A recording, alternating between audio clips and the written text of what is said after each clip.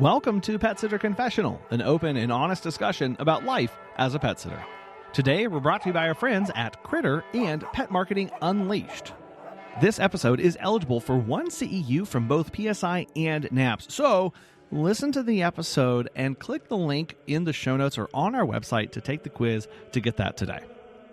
Hey, are you making money in your business, or are you just staying busy?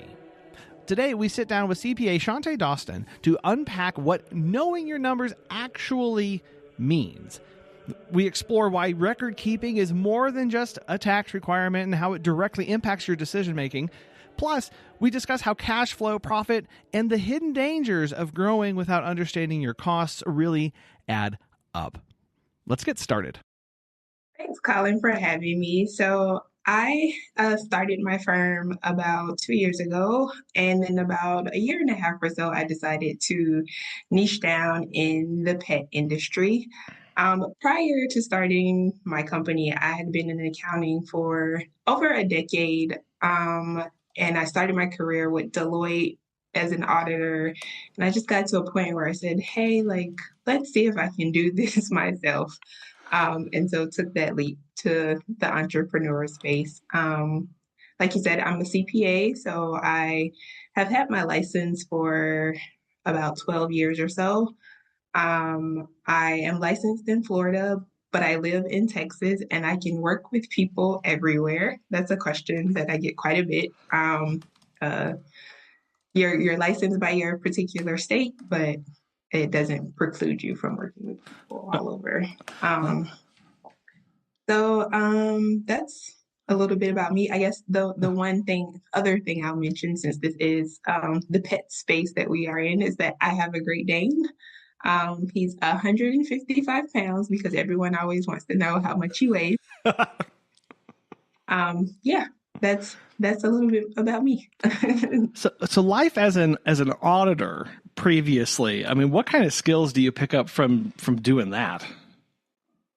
You get really good at questioning things, never kind of taking things for face value, making sure that everything ticks and ties. So you want to kind of go back to source documents and not necessarily just trust the numbers that are in front of you.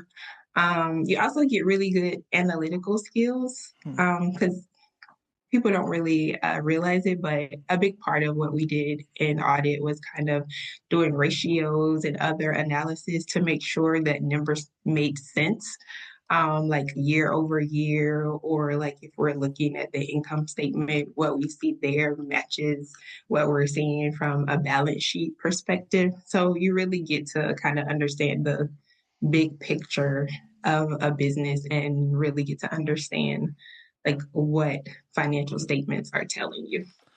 I like how you started with, you're just trying to figure out does this make sense? Do these numbers line out? And it's not like you're going in trying to find a problem. You're just trying to say, hey, does this all make sense? And then when it doesn't, that's I guess that's when that digging kind of starts to happen. Yeah, and that's the thing that we used to always have to tell clients is I am not looking for an issue or a problem or trying to catch you up. It's actually better for me that I don't find anything as an auditor. I don't want to have to do extra work. I don't want to have to do extra digging. I don't want to have to do extra documentation.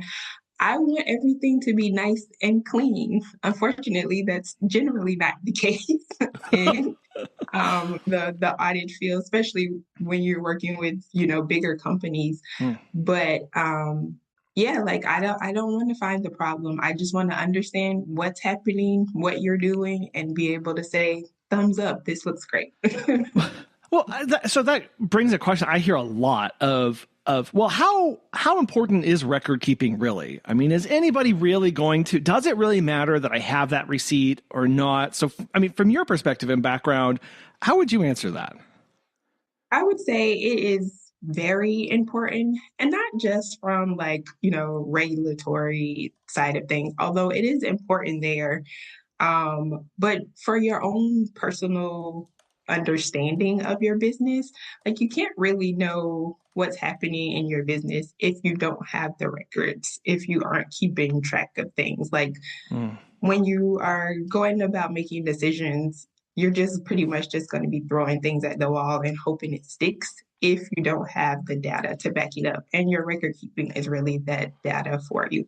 And then, of course, like for the regulatory purposes, you want to make sure that you have information to back that up because with the IRS and many of the states as well that are collecting taxes, like you are pretty much working on an honor system because it's not like they are asking you for like tons of detail to back up everything. Like you're providing them a form with some numbers.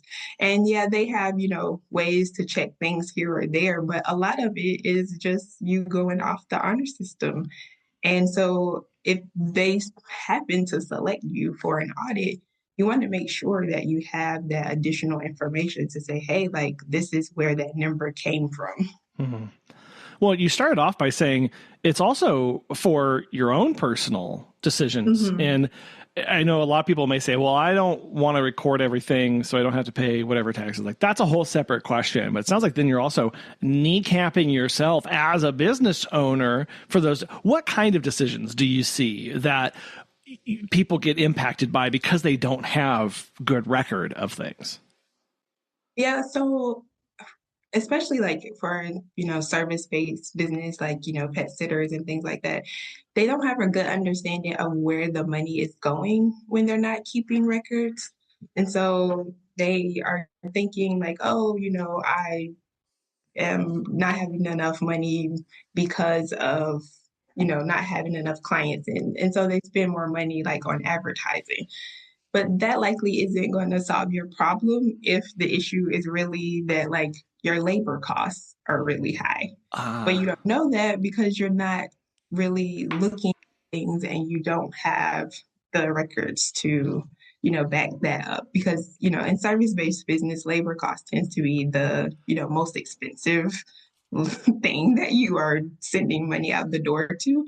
And so if you increase your revenue, it's very likely that that expense is going to increase right along with it. And so it's not going to make a big difference for you. Oh, that decision, is it number of clients or are there secret expenses going somewhere? And like, what is that? That is so, I love that you picked that example right off the bat because we see that every day when we look at our own business of, okay, what's our month over month? What's our percent labor? How am I tracking that? Why did it change? What was that thing? Can I keep that from happening again? Because it's one of those things to go, man, I would love, like as a business, to be able to pay all of my employees to go to all of the events and stuff that we host. But at some point then, like that labor bill, that's going to be huge for those months that I'm doing events. And if I'm not keeping track of what, when, how, like return on investment for all that stuff, that's just going to be a completely, mystery to me in history. And I just got to kind of go, well, maybe, I don't know. And so it kind of sounds like it's a lot more though than just like one number that we need to be looking at. Yeah, I mean, you can kind of start off with looking at, kind of the big ones. Like, I know most small business kind of focus on the P&L because that drives taxes a lot. And it's fine if you want to start there. But yeah, I would say if you're looking at, your financial statements, looking at your profit line is definitely key. And looking at your cash balance is also key. Um, but I would say, like, if you want to go a little further, there are some like ratios, like you mentioned, that you definitely can look at and like really get a better idea of where things are. So equity is a good one to look at to really see like how you are accumulating wealth in your business. And then the current ratio is a really good ratio to look at, which that is just your current assets divided by your current liabilities. And it really just tells you like if you have enough assets to meet your short-term obligations. Um, so that's one that I think is really important to start with because you'll know, like, how long can I operate in the short term with what I have? Do I need to try and find a way to cut expenses and increase my cash? Or, you know, do I need to try and pay off some of my debt a little faster? It's things like that when you start looking at your numbers that you can start figuring out and asking yourself and kind of positioning yourself a little better. I know a lot of people really like pet sitting and dog walking because upfront costs tend to be like zero. I may already have a leash around. I can get started pretty cheaply. And but Mhm. what's your take on understanding? You mentioned cash earlier, and I don't think you're talking about just like physical dollar bills lying around in the kitchen. What's the relationship of business to cash and cash flow? And what issues do you see arise from people when those kind of get off balance?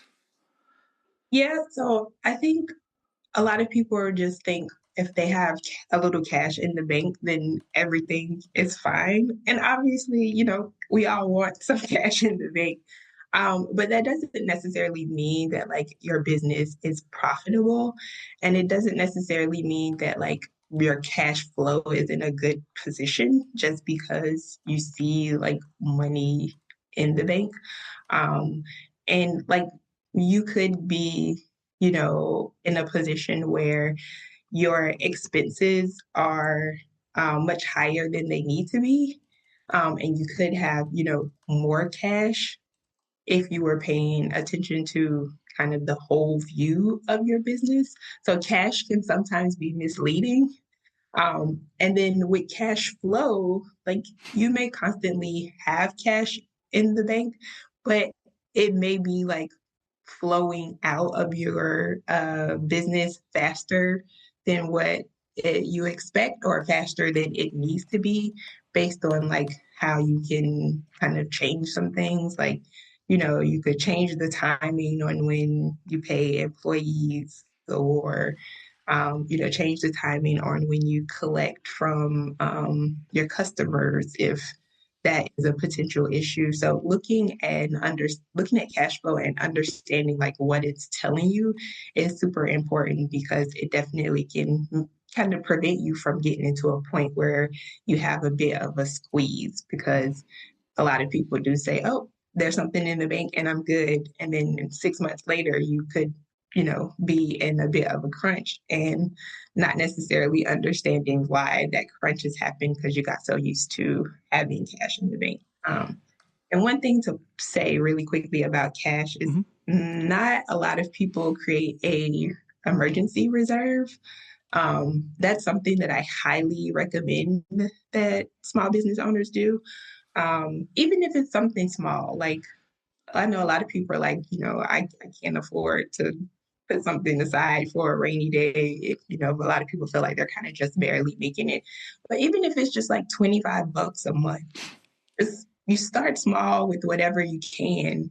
And, in a year, that grows into something. And when you do kind of get into a bit of a crunch, you have something to lean on. And it helps, in stressful situations and things like that. When you're like, oh, yeah, I got that sitting over there that I can go back to. Well, it also builds that muscle of creating margin in the business. And I Mm-hmm. think that's something that's a very intentional move. Hey, I feel like everything goes to zero at the end of every month. Everything goes to zero at the end of every month. If we think that some of these things are important, or maybe I want to invest in better leashes down the line, or in some better training down the line, or travel to a conference down the line. How do I expect to be able to do that if I'm taking to zero? Now, then it's, from your perspective, I'm sure you're looking at like, okay, like what is revenue? What are your expenses? Where can you increase? Where can we decrease? Where can we cut out? And now all of a sudden, when you just start getting that little bit of like, oh, hey, I've got $5 left over this month. Oh, yeah. It kind of becomes addictive. I don't know, of like, what else can I Yeah. do? How else can I make this grow faster? Yeah, yeah. And that's the thing too, is like you want to make sure that like you put yourself in a position to scale. Hmm. You want to make sure that, 5 years from now you're not kind of in the same place and doing the same thing.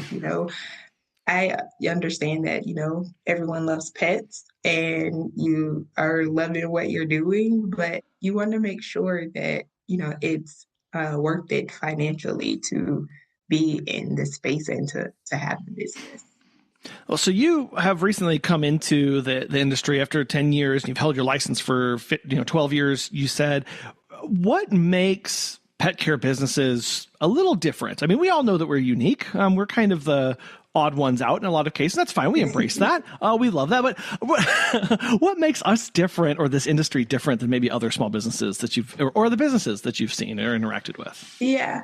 So I would say the big difference that I see is that pet care is something that looks simple, like dog walking. Like it sounds like a super simple business. Pet sitting, it sounds like a super simple business, but it's not. There's lots of layers and complexity that comes with these business from a financial standpoint. You have the seasonality that you have to deal with.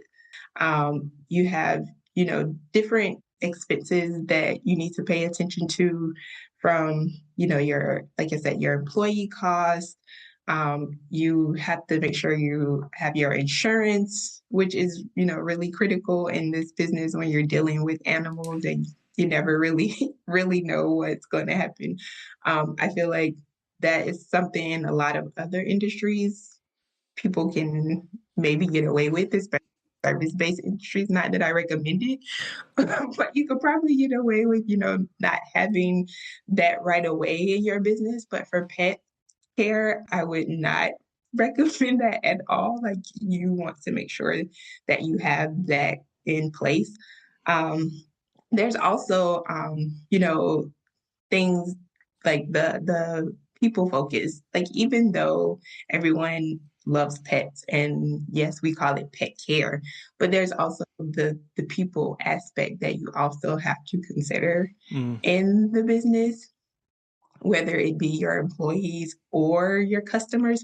So you got to kind of think about the expenses that come along with that. Like, do you want everyone to wear uniforms?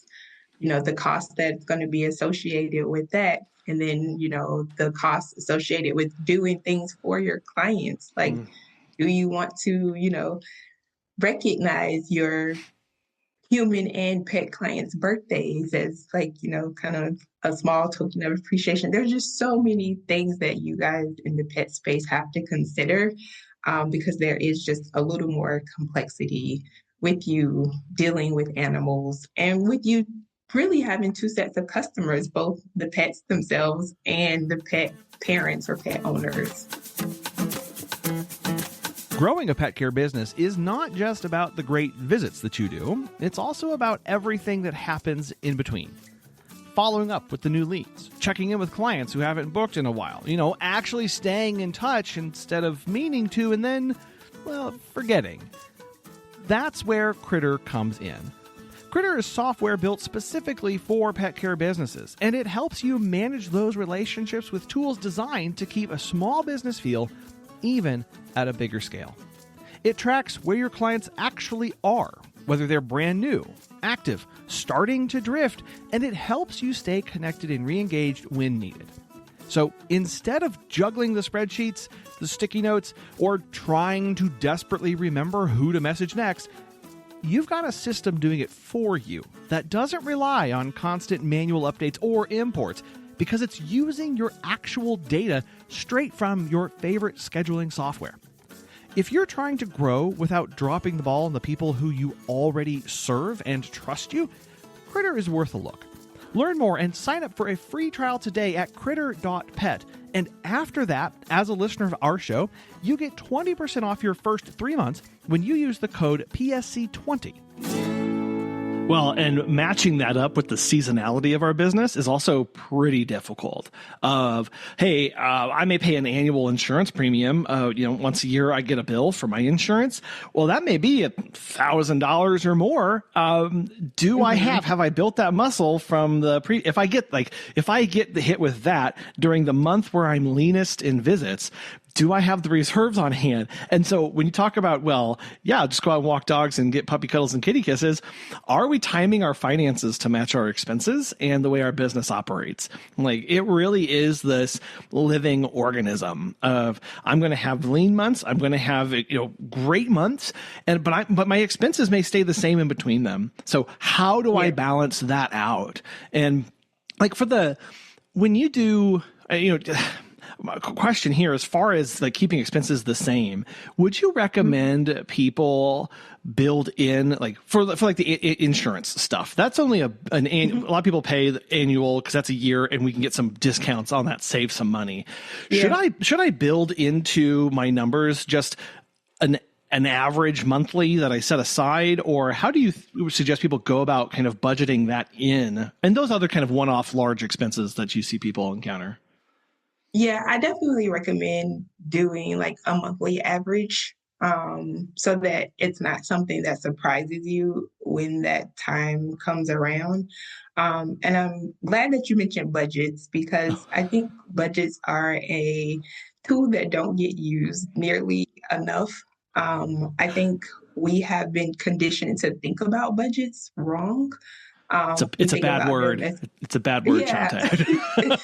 it really is. But like we think about it as like, oh, this is kind of a restraint that I have to put on myself. Yeah. And that's not really what a budget should be. A budget is a tool for you to use to figure out how to make the best use of your money.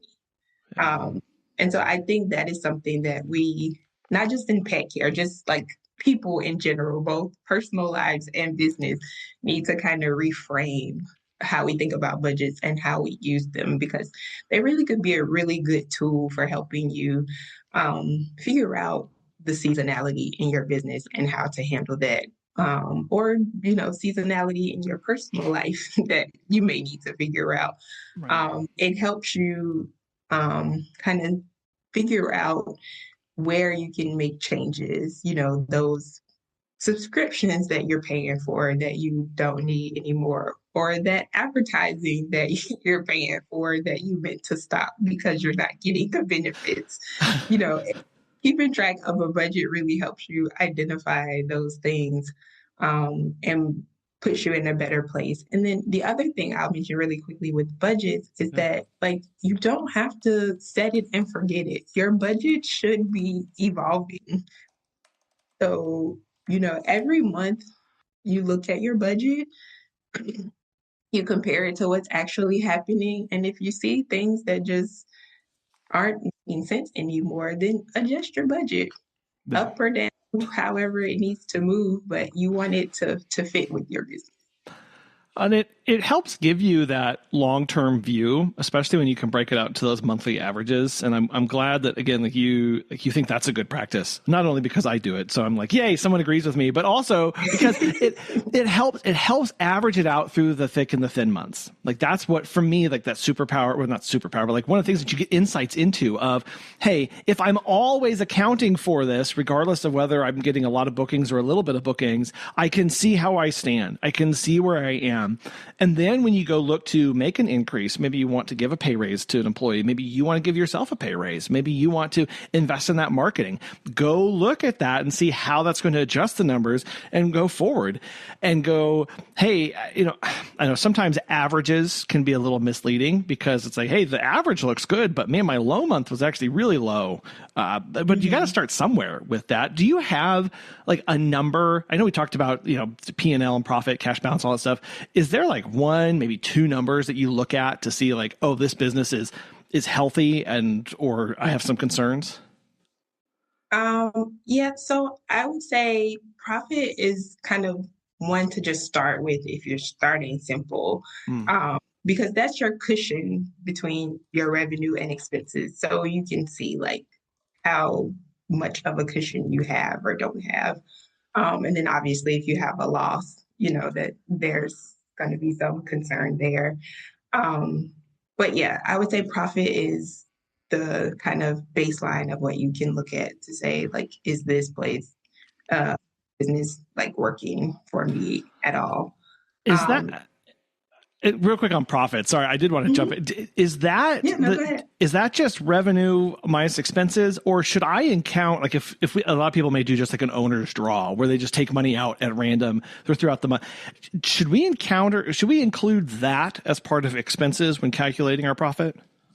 Yeah, so um, for service-based businesses, it's going to just be like your revenue minus your expenses that give you your profit. Um, and typically you don't include owner's draws into that. Owner's draws would come after Okay. your profit. If you aren't a service-based business, you kind of have two profit numbers that you would look at. You would look at your gross profit, would be your revenue minus your cost of goods sold, which is like the selling of your inventory. And then you would also want to look at net profit, and net profit would take into consideration those other expenses that both your service and your product-based businesses have. But yeah, owner's draws, typically you look at that after you have taken your profit. Okay. And sorry, I interrupted you. You were getting ready to go on to talk about something No, after you're okay. profit and numbers, so I'll get you back on track there. Sorry, Chante. No, that's totally okay. The other thing I was going to say, which I mentioned earlier, is equity, which equity would be on your balance sheet, which I think doesn't get enough love in the small business space. But equity is another good number to see like whether or not you are financially healthy, because that is going to be like the accumulation of your profit over the year or years that you've been in business, depending on like the periods that you're looking at. Um, and your owner's draw typically comes out of your equity. Okay, so that's where so talk to us about what does the accounting look like on that? When you say it's the accumulation of profit over the year or years, do you just look at the past 3 years and say what was the profit each year and add that up and it should be going up, I guess? Yeah, you want it to go up. I mean, it doesn't always have to. You could still be in an okay position even if your equity number isn't growing, depending on like what kind of investments you're making. And if you, as an owner, decide, like, hey, I want to take most of this, that's not necessarily a wrong thing to do. Okay. It kind of just depends on your goals and that kind of thing. But you'll be able to see, like, in the equity, whether or not, like, it is a true accumulation of profit, or if there's something else that is causing it to be a little on the lower end. So you can see like, oh yeah, I had, you know, I don't know, let's say 50K in actual equity. And I took 20K as owner's draw. Like, you would be able to see that. And if you want an investor to, come on board, or a partner, or, even if you're trying to go to the bank, like, them being able to see that like you are able to take money from your business and still have some equity remaining is a really good thing. Oh, because that when people say, okay, I want a whatever equity stake in the business, now we're talking. Yep. See, I told you I'd do it. Because we do hear sometimes where people will say, "Oh, I'll give you X money for whatever equity stake in your company," and what you're saying is, yeah, that's a percentage of the stuff that's left over after you've taken out your piece, and they get X number of dollars out of what's left over. That's their equity stake in your business based off of that negotiation and stuff. Yeah. So your equity would include pretty much your profit, and then you could take yours and then also give them theirs out of that kind of same pool. It can get kind of complicated with investors and all of that stuff on how you have to look at equity, but just being able to say that you have positive equity is really a good thing, and shows that your business is, I would say, fairly stable.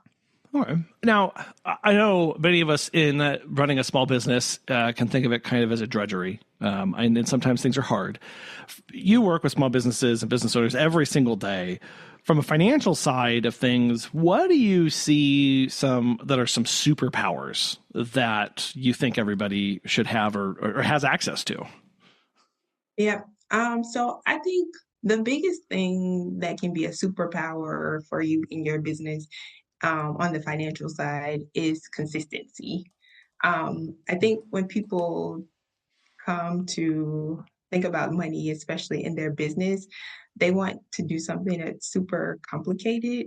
And let's not need it. Like, if you can spare 15 minutes a week to start looking at your numbers, like that in itself will start to move things forward. You'll Mm. start to get a better understanding of what's happening, be able to make better decisions. So it doesn't take a lot. And I think that's the thing that people go into it kind of with a fear mindset and kind of work themselves into overwhelm when it's just like, just be consistent. Just say, I'm going to set a money date with my business every week and I'm going to spend 15 minutes, you know, looking at these numbers. Like, you don't even have to really do anything. Just pull up your bank statement and make sure that there's nothing that's going out of your account that you aren't aware of. Oh. Make sure that the income that you're expecting to see is there. Like, something as simple as that can start moving you in the right direction. That is consistency, I think, is a big superpower. Well, and you touched on fear around opening that bank statement or getting into some software there. Where does that fear come from? I think just accounting has gotten kind of a bad rep. And people just feel like unless you are an expert in some kind of financial field that you can't do things around money, that you're going to mess it up. And I don't know if like it's a societal thing in the US or like what, but most people that I meet just have this like fear that they are um incompetent when it Mm. comes to doing those things. And I mean, obviously, there are things that you're not going to know if it's not like a field that you're studied and everything like that. But it's not one of those things that has to be overly complicated or overwhelming, especially when you're starting out. You can just do simple things to start to learn and to be able to have some grasp on what's going on. Mm. My money date is Mondays. I get to have that on my schedule where I sit down, look at the previous week, and apply categories, make sure everything's up to date. Because boy howdy, right before tax time is not the time trying to categorize all of your expenses for the year, because that's fun.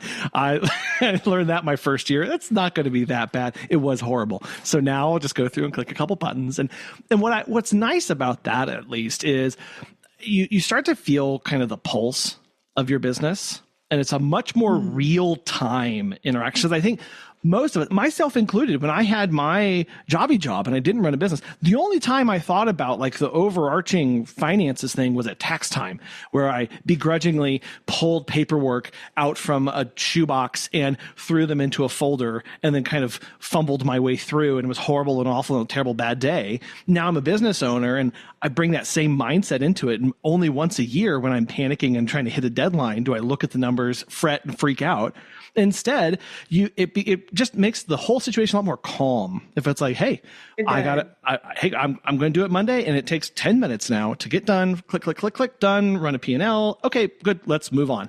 And now come tax time. Now come big decision time. Well, it's kind of like just being a little bit more up to date. Hey, can I afford that? Well, I looked at my numbers on Monday. Yeah, I can. Or nope, I can't. I need to wait on that. And it increases that feedback loop just so much quicker. Yeah, it definitely does. And I'm glad that you talked about, being calmer, because I don't think people realize like they're putting a lot of stress on themselves by waiting.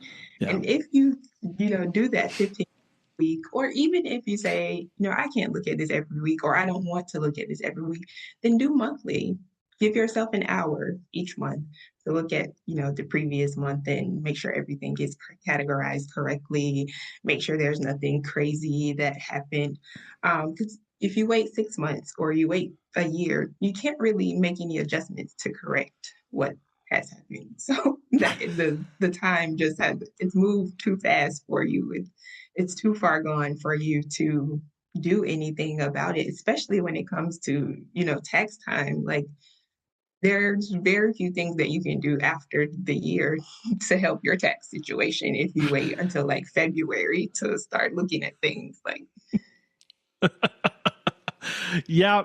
Oh, I needed to do that 6 months ago because I know we tried to do that one year where it's like, oh man, I actually how do I bring down my tax bill? Well, it's too late now. We're in the new year. I can't spend the year before's money to bring down that. I just have to eat that and now make that moving forward or whatever. That's a little bit of a different discussion, but it gives you some heads up, gives you some runway to work with.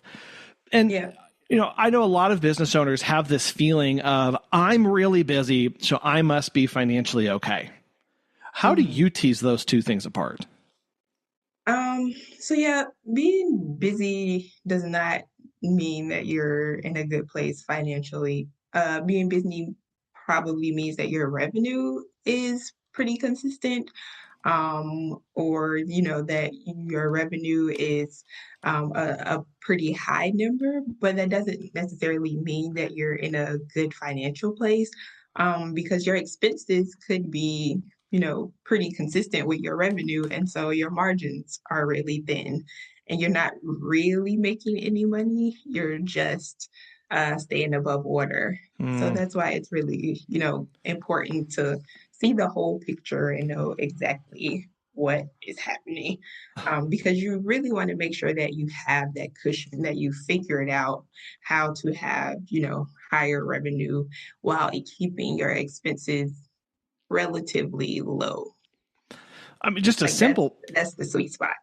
Just a simple one. The more visits I have, the more driving I have to do. The more driving I have to do, the more gas and wear and tear I have on my car. Now I know those are two separate things, expenses and how you track them. But like if you track gas, hey, there you go. If you track mileage, the more you drive, the more mileage you're going to have. So that's an expense that increases with the busyness. If you have a team of employees, the more busy they are, the more visits they're doing, so too does your labor cost rise. And like we were saying, if you don't have that margin in the beginning, just increasing the number of visits doesn't mean anything for the bottom line if costs are also going up with the revenue. And that really is a danger zone where suddenly it's like, oh man, I got to grow because I got to pay all this stuff. But if I don't have my costs under control, I'm double the business. Why am I not making any more money? Well, your costs went up along with it too. Yeah. It may be that you need to look at reducing your costs, but it also could just be that you need to adjust pricing. I think that's something that holds people back. They're like, oh, I don't want to scare my customers away and that kind of thing. And I get it. That is something that you have to be kind of cognizant of, especially in pet care, because certain things are the first to go when things are tight for people. So they may say, hey, like, I'm not going to get my dog walked every day, but every other day instead. So I get it. Like, you have to, make sure that you're maintaining a good balance with pricing. But I think people are a little more afraid to squeeze that trigger and increase prices than they need to be. Your customers will accept, $1 here and $1 there. And it's just something that you have to do. Like, inflation is real.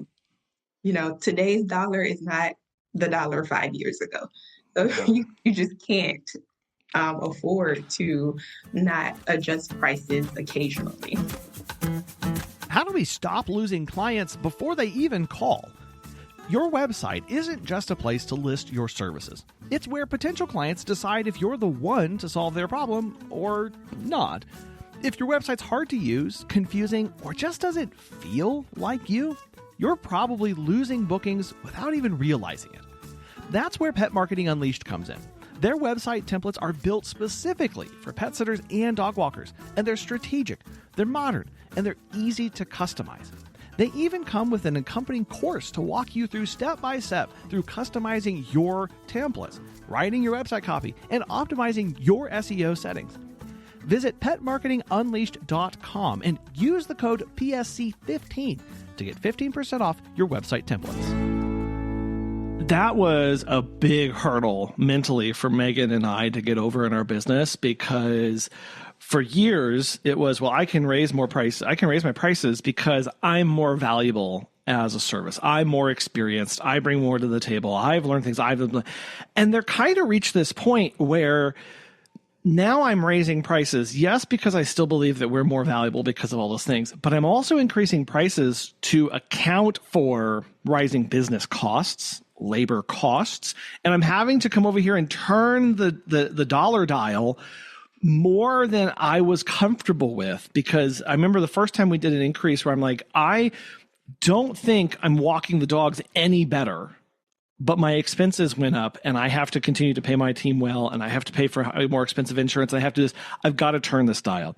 That was weird for me, because I thought, I'm not bringing you more value. So how can I possibly raise prices?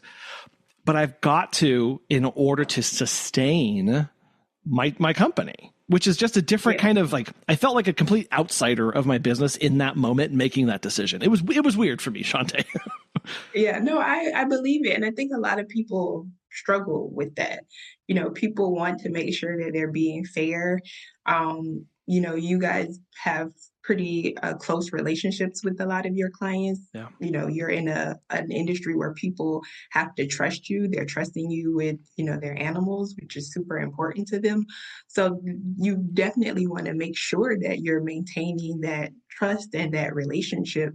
But sometimes you just have to do it. And it doesn't have to be like, oh, like I go up $5 on every service right away. Like, you can stagger things. Mm-hmm.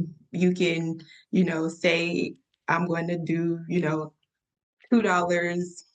for 3 months and see how it goes. And then, go up again in 6 months, or something like that. Like, it doesn't have to be an all at once type of thing.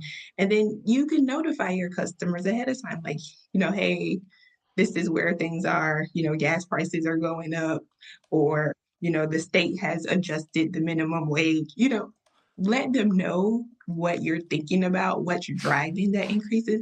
And people are generally understanding. I mean, they're living in the same world that you're living in, so they know what's happening. And I think now more than ever, I would say, like, we are realizing the impact of inflation. I feel like more people outside of the financial space are starting to understand, like, what that actually means, and how it impacts all of our everyday lives. And inflation is a real thing that you have to be, like, even if no other factors changed in your business, inflation is still going to be there and going to be impacting the value of your dollar. So that alone kind of gives you a reason to adjust the price, at least every other year. I know we talked about raising prices just now, maybe from a tax perspective and kind of planning out there. Where do you see most pet care businesses leaving money on the table come tax time and planning time? Yeah, so I think the biggest thing that I see is people not doing any tax planning. I think, like, you leave money on the table just by, like, completely ignoring that opportunity. Not realizing that, like, you need to, like, understand the things that you can do to, like, reduce costs, whether it be like tracking your mileage. I know a lot of people are like, oh yeah, I need to track it, but I don't always. Like, it's super simple now. You can get apps that you put on your phone, click the button, and it does most of the work for you. So it's not being aware of what's actually available to you, I think, is the biggest thing. And then I would say in pet space, some people have the opportunity to, like, actually reduce their costs using their pet in their business. So you can have pet be what is called a working animal. And a lot of people don't do that. And that can actually be something that helps you reduce your costs. And it could be like taking them to photo shoots that you're doing for your company, or like you mentioned earlier, having events. So if you're bringing your dog or cat as your mascot to these events, then they are a working animal and you could write off those costs. So I think there's a lot of like little nuances within the tax code that you could potentially use to your benefit that a lot of people don't know about, because one, they're not a tax expert, but also they aren't doing like any basic research to kind of figure out what potentially could benefit them. Well, and the internet is a fantastic place for wonderful advice. Everybody has an opinion on Yeah. things, so it When can I be. say research, I mean going to the IRS's Oh, website, oh, you mean not going to the source? ChatGPT. Oh, I heard it in a Not, Facebook group, Chante. It's fine. I can. It's fine. yeah. Yeah. And I will say, like, ChatGPT, like, if you know how to use it, it could actually provide you some decent information. But, like, you got to make sure you tell it, like, hey, go to the IRS website and look for XYZ, and then share with me the source that you Yeah. got it from. Like, you have to be very detailed and intentional if you're going to use ChatGPT as No. so. I don't knock AI. I think there's a lot of good stuff with AI, a lot of benefits, but we've got to know how to use the AI correctly for it to give us the information that we need. Well, I was going to touch back on the mileage aspect, because that is a pretty daunting Mhm. thing of, oh my gosh, you want me to commit to 365 days of pressing and unpressing a button. I think what's important to note there, and correct me if I'm wrong, Chante, of it, even if you don't do it 100% of the time, you can still take out an account for the parts that you did track, which is still better than zero, right? As long as we're Yeah, not, as long as we're not, trying to deduct miles that I don't have verification for, that's where things get dicey. If I only right. have, if I only track 30% of my miles, why would I not go ahead and just deduct that as well, instead of going, well, I don't know, I didn't get 100%, so it's not worth it, kind of thing. Yeah. And if you're like, I'm absolutely not going to track miles, then that's fine. But track your vehicle expenses. Make sure you're keeping those records. So keep the, gas receipts, keep your insurance receipts, Sure. all of that type of stuff, because that's one of the things where you can do either or. Like you can track your mileage and get the bang for that, or you can just track your vehicle expenses and get that as a reduction. So if you're like, you know what, it's just going to be easier for me to just track my vehicle expenses, which a lot of people are using accounting software and that kind of thing that actually does make that pretty easy, then just decide to go with vehicle expenses. But you need to make sure that you are accurate in one or the other. And I would say with vehicle expenses, you don't want to just track gas. Like that's not the only thing that qualifies as a vehicle expense, which I have found a lot of people kind of just want to look at the gas as their vehicle expense and then be done with it, which I mean, if that's really what you want, that's fine, but that's not all that's allowed from Hmm. the IRS. So I would get some clarity about that and make sure that I'm tracking everything, because you want to save as much as you can. You want to legally deduct what is allowed. Like I know a lot of people, myself included, complain about the IRS and having to pay taxes. But the fact is that it's not something that we can change. And there are a lot of ways for you to reduce your tax expense. Hmm. And just get started somewhere, I think, is a big thing. And as your company grows, I'm sure, how does it change our approach to this? If I went from 250, or, if I doubled in size, how do I start? Do I need to do things differently as my business scales and grows? Yep. So as you scale and grow, you definitely want to make sure that you have some kind of structure in place to, manage your finances. I think it's much easier for, a solo business to kind of wing it, so to speak, than it is for someone who's, got 5 employees. Yeah. You gotta make sure that you have structure when, there's other people involved in your business. Or if you are, creeping up to where you are crossing certain, thresholds from a tax perspective, you know, they do phase out a lot of deductions after certain amounts. Yeah. So you may want to consider like no longer being an LLC and be taxed as an S corp. Um, you just need the structure in place to know what your numbers are, and so you can kind of figure out from there exactly how you can manage things, and not just from a tax perspective, but just like your cost in general. You want to make sure that you know the numbers so that you can figure things out, because like we've talked before, like your revenue could be increasing, but if your costs are also increasing, it's not, helping you as much as you may think it is. Mm. Um, and you also just want to, figure out what opportunities are out there. Because as you go, there's the opportunities to exit. Somebody likely would want to buy your business. And especially in the pet space now, like there's a lot of those big private equity and all of those type of people that are Yeah. really starting to pay attention to this industry. And you may say, hey, I've been doing this for 10, 15 years, and I'm thinking that, it's time to do something else, or it's time to go hang out on the beach. If you don't know your numbers and you can't present that to someone else, then that's much more unlikely to happen for you. So as you scale, it's just really good to have a structure in place. Like you can't wing it when you're Mm. making 500K or if you're making $1 million. Like you just No.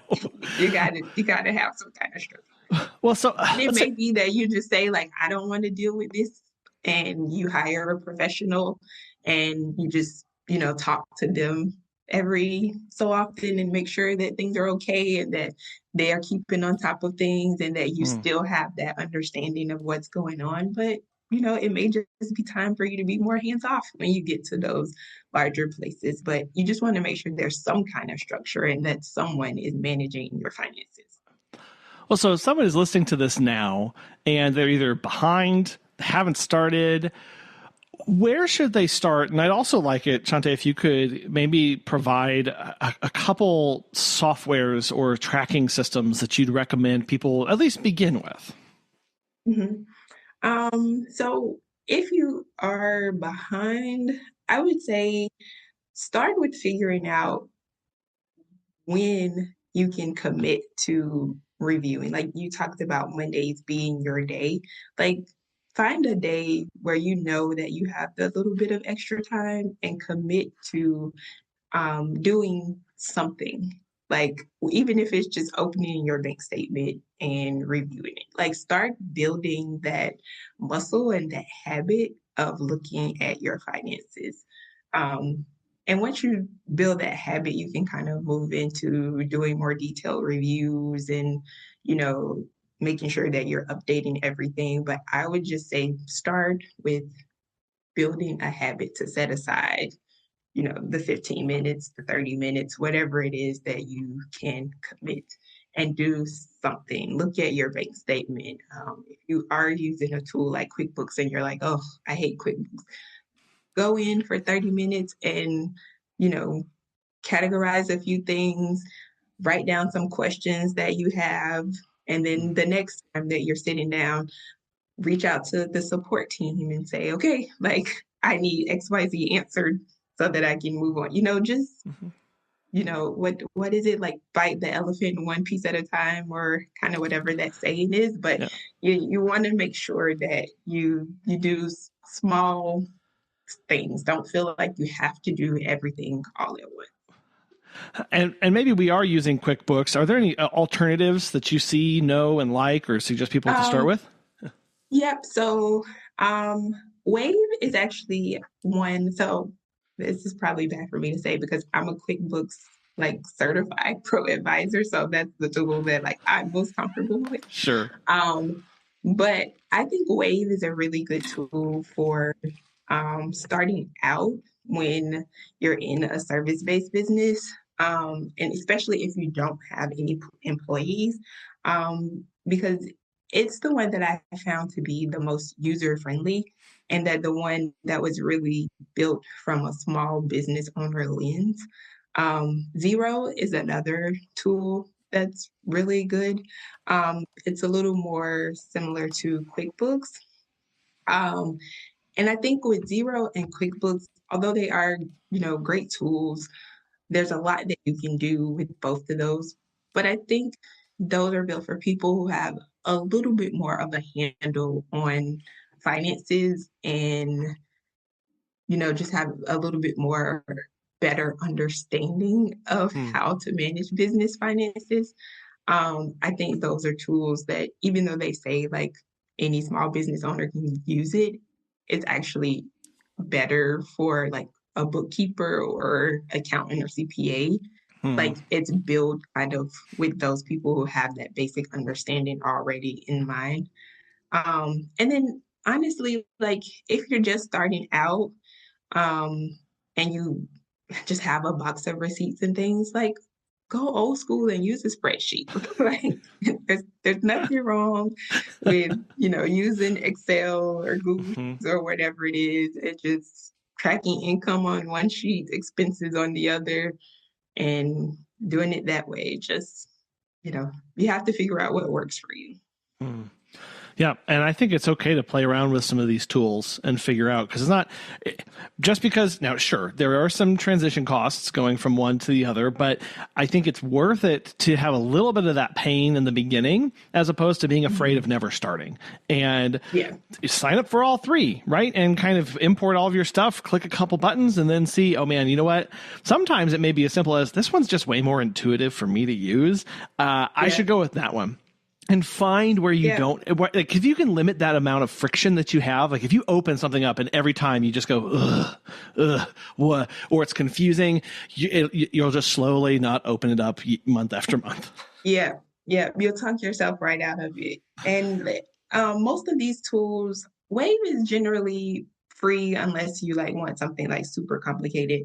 And then Zero and QuickBooks offer like discounts for, the first 3 months or something like that. So there are, ways to save so that you do have time to play around and figure out what really works for you.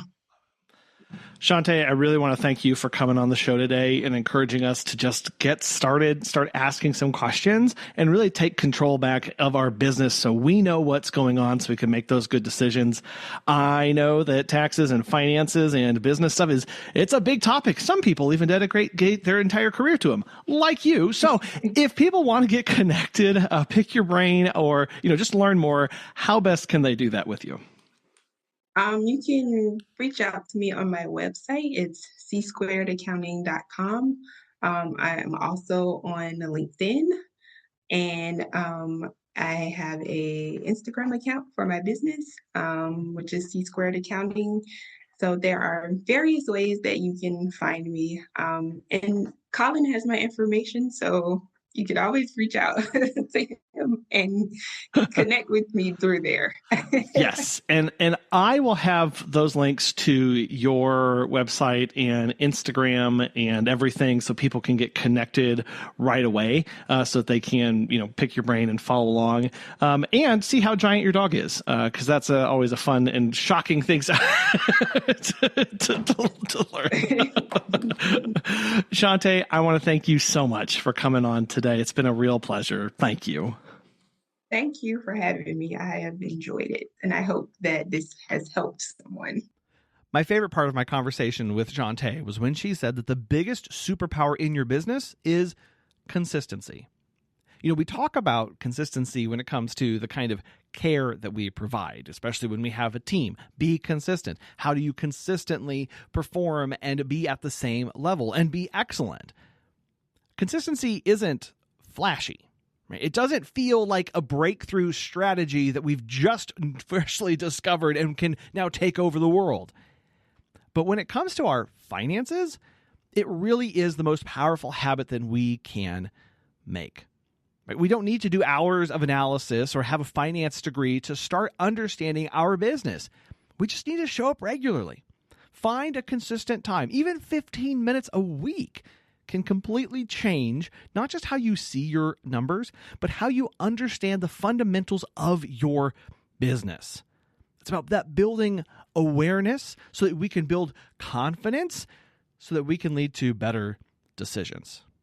So if you've been avoiding your numbers, you don't have to overhaul everything today or tonight.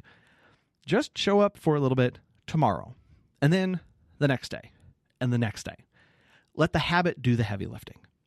As a reminder, this episode is eligible for 1 CEU, so now that you've listened, click the link in the show notes and get that today. We want to thank our sponsors today, Critter and Pet Marketing Unleashed, for making this show possible, and we really want to thank you, dear listener, for being here. We hope you have a fantastic rest of your week, and we'll be back again soon.